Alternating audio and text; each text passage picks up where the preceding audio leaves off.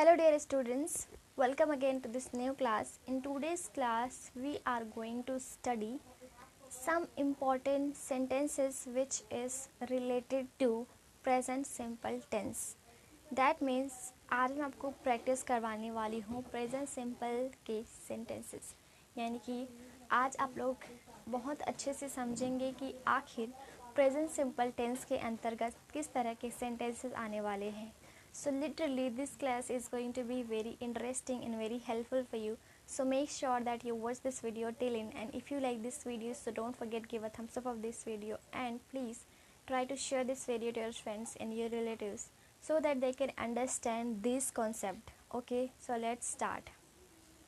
So मैंने आपके आज के सेशन का नाम रखा है इंग्लिश स्पीकिंग प्रैक्टिस, जिसमें मैं आप लोगों को इस तरह के जो सेंटेंसेस होते हैं जो प्रेजेंट सिंपल टेंस के अंतर्गत आते हैं उनकी प्रैक्टिस करवाऊंगी. साथ ही साथ इन्हें नेगेटिव कैसे बनाते हैं और साथ ही साथ इंटरोगेटिव सेंटेंस इससे कैसे फॉर्म किए जाते हैं, ये सभी चीज़ें बताऊँगी. और यहाँ पर मैंने स्ट्रक्चर भी लिख रखा है ताकि आपको सारी चीज़ें क्लियर हो जाएँ.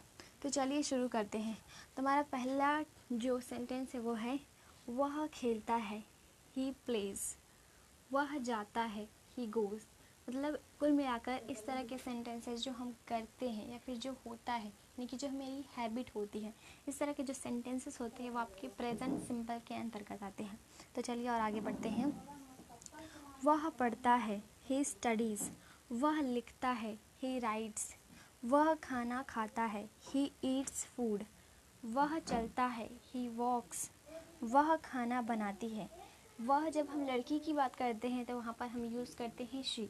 तो यहाँ पर मैंने लिखा है शी कुक्स फूड, शी कुक्स फूड. और वह गाना गाती है, शी सिंग्स सॉन्ग. अब हम देख लेते हैं कि इसका नेगेटिव हम कैसे बनाते हैं. जैसे कि मैंने आपको बताया कि वह खेलता है, तो इसे स्ट्रक्चर देख सकते हैं आप कि पहला सब्जेक्ट है यहाँ पर हमारा सब्जेक्ट है यानी कि ये. जब का वह है इसे इंग्लिश में ही बोलते हैं. और वर्ब का फर्स्ट फॉर्म यानी कि प्ले, और उसके साथ ईएस या फिर ईएस लगा है, एस या फिर ईएस लगा है. ये वाला जो कॉन्सेप्ट है वो मैं पहले ही एक्सप्लेन कर चुकी हूँ मेरे पहले क्लास में, जहाँ पर मैंने आपको बताया कि कहाँ पर हम लोग एस या फिर ईएस यूज़ करेंगे. तो यहाँ पर हमारा क्या है, थर्ड पर्सन सिंगुलर है, तो इसके साथ हम एस या फिर ईएस लगाते हैं. ठीक है. और यहाँ पर स्ट्रक्चर के अकॉर्डिंग ही बनाया है मैंने, इसलिए मैं एक्सप्लेन कर रही हूँ. अब हम इसका नेगेटिव सेंटेंस बनाना सीखेंगे. तो जैसे कि ही प्लेज है, तो इसका जब हम नेगेटिव सेंटेंस बनाएंगे तो इसका हो जाएगा ही डज नॉट प्ले. और इंटरोगेटिव सेंटेंस बनाएंगे तो इसका हो जाएगा डज ही प्ले.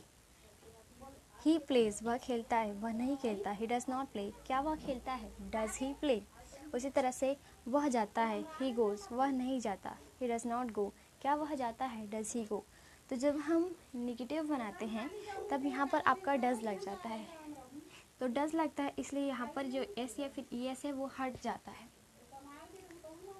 और आपका वर्ब एज इट इज़ लिखा जाता है उसके फर्स्ट फॉर्म में. उसके बाद हमारा नेक्स्ट है वह पढ़ता है. वह पढ़ता है, ही स्टडीज़. वह नहीं पढ़ता, ही डज़ नॉट स्टडी क्या वह पढ़ता है, डज ही स्टडी.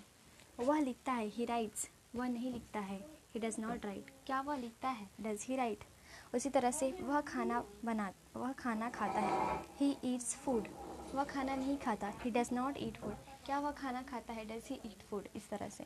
उसके बाद नेक्स्ट है हमारा वह खाना बनाती है, शी कुक्स फूड. वह खाना नहीं बनाती, she does not cook food क्या वह खाना बनाती है, डज शी कुक फूड. इस तरह से वह खाना बनाती है, शी कुक फूड. वह खाना नहीं बनाती, she does not cook food क्या वह खाना बनाती है, डज शी कुक फूड. इस तरह से. नेक्स्ट है हमारा वह जाता है, ही गोज़. वह नहीं जाता, ही डज नॉट गो क्या वह जाता है, डज ही गो. नेक्स्ट है वह लिखता है, ही राइट्स. वह नहीं लिखता, ही डज नॉट राइट क्या वह लिखता है, डज ही राइट. नेक्स्ट है वह चलता है, ही वॉक्स.